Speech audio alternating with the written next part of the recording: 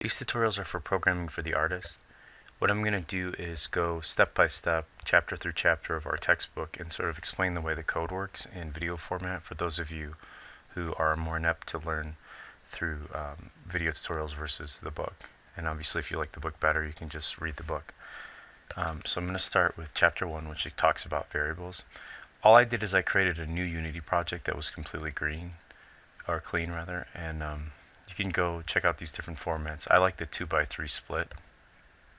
So the first thing I'm going to do is right click in here, go to create folder, and name it scripts. And within this folder, I'm going to create another folder,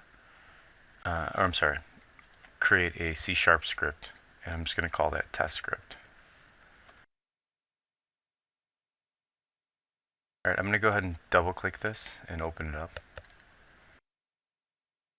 So right off the bat, Unity gives you this basic structure in place for your C# scripts. It gives you two methods, a void start and a void update method. And what you want to do is think about methods as reusable blocks of code. These two particular methods are pre-created. They're created by Unity. And the first one, what it does is if you type in a long line of code in here, so let's type in debug.log.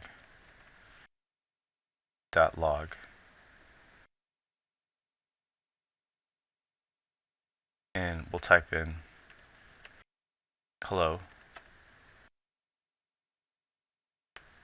And we go ahead and save this by hitting Control S. And we go to game object, create empty, and you'll see an empty game object appear here. And we drag our script on there. We press play.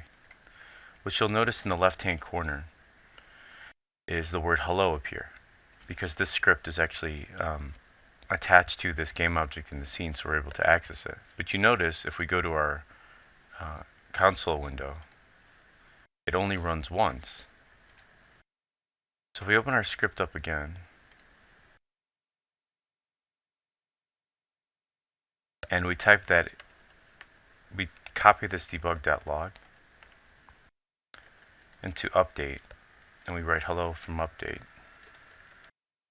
What you'll notice is this update runs every frame. So if I press play again, you'll notice in our console that it says hello once here, but hello from update continuously.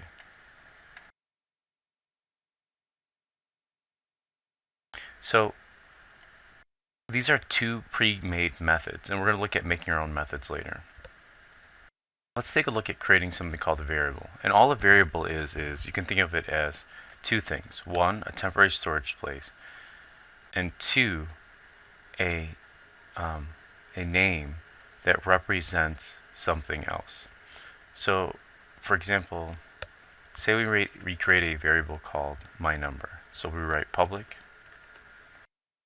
variable myNumber. Actually, I'm thinking more about C++ here. Public integer myNumber. There's no need to register that it's a variable. Equals 11 semicolon. And you want to end each statement with a number here.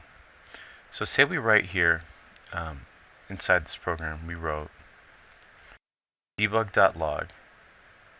Inside of hello, we wrote 2 or 11 plus 3. Or let's go ahead and I'm